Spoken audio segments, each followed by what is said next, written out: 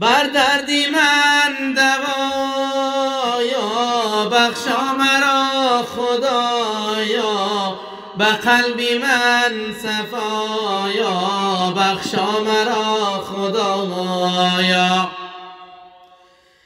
یا ربی ساز شادم، یک دم بیرس بدادم، با عفو کن یادم، بخشا مرا خدایا. گر به وفاگی کردم، از تو جداگی کردم، عمر خطاگی کردم، بخشا مرا خدایا.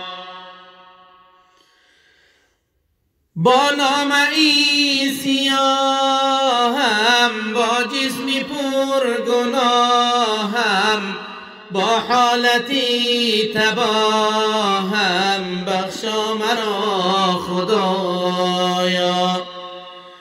گرچه عمل ندارم، کورا دلیل بیارم، امید رحمت دارم، بخشا مرا خدایا. روز روم ز عالم، از خوف تو بینالم، بسته زبان و لالم، بخشا مرا خدایا. در دوزخم مسوزی، از مغفرت ده روزی، تو مهربان هنوزی، بخشا مرا خدایا. در روزی قیامت پر حسرت و ندامت، فریاد کنم بنامت، بخشا مرا خدایا. گرچند به وفایم، بر درگهت گدایم، از قسمتت رضایم، بخشا مرا خدایا.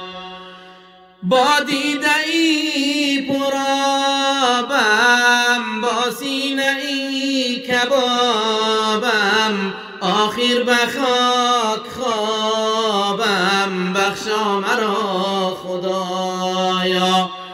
با دیده ای پرآبم، با سینه ای کبابم، آخر به خاک خوابم، بخشا مرا خدایا. آخر به خاک خوابم، بخشا مرا خدایا.